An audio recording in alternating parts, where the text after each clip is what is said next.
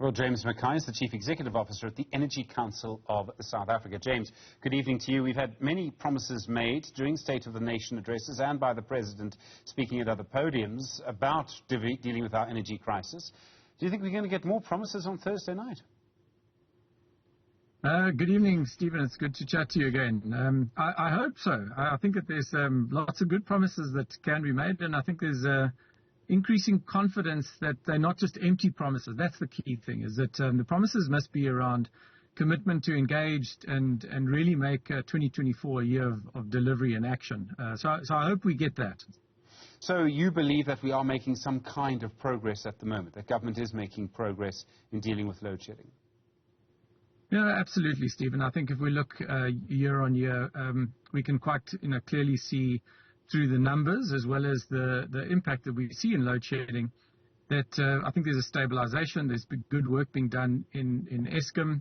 Certainly the business-government partnership has put a huge amount of focus and accountability on the energy crisis, and that's always focused around three legs. So how do we end load shedding?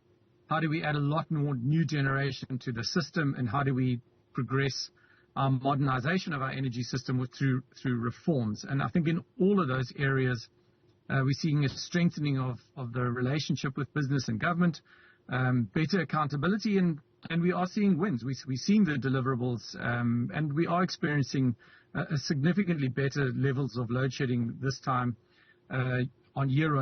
And we do believe, and I certainly believe that I think we're on track to significantly reduce load shedding towards the end of this year. I've always been on record said, I think by the end of 2024, we really will have sort of broken the back of load shedding, and we'll end load shedding in 2025.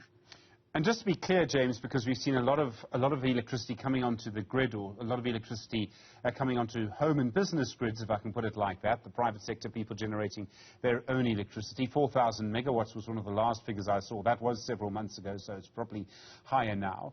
You're suggesting that the decrease in load shedding is not just because people are doing it for themselves, it's actually because Eskom and other government initiatives are working better.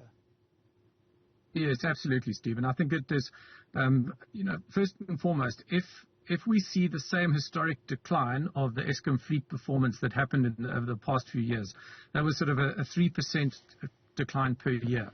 There is nothing that the private sector can do to compensate that quickly through the development of renewables. So it is a partnership. It must be a combination of stabilizing and turning around Eskom fleet performance, but also adding new generation in the form of renewables, but also increasingly we need battery storage. And I think it was fantastic to see that the gas to power rounds are out. They're not going to come online in the immediate years, but it's important that those pipelines of new generation and development really start accelerating and get us those build programs must be starting to move now. So it's definitely a partnership commitment.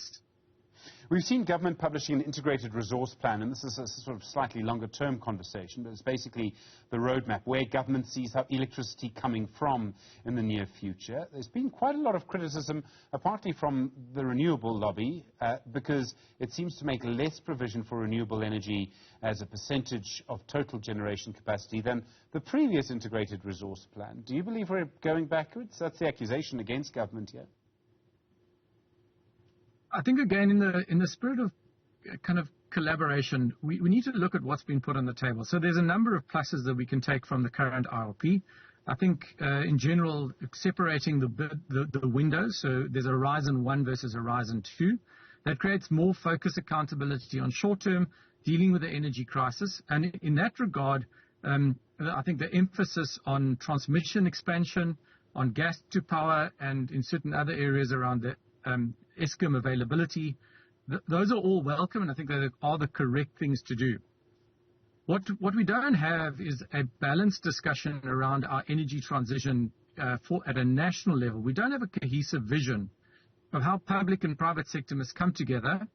We need all technologies, coal, nuclear, gas, wind, solar, but it's got to be done in an integrated system. And I think for me, this is where the IRP 23 probably fails, that it doesn't create integration, it doesn't create vision that really addresses an energy sector in the interest of all South Africans.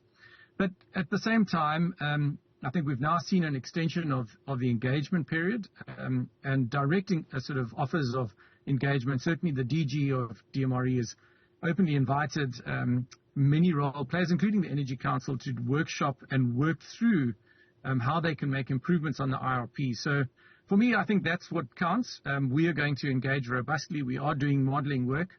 And, if DMRE are open to engage on that and listen and learn from how business and industry can bring examples of improvements, then I think that's something that we can definitely work with. James Mackay, thank you, Chief Executive Officer at the Energy Council of South Africa.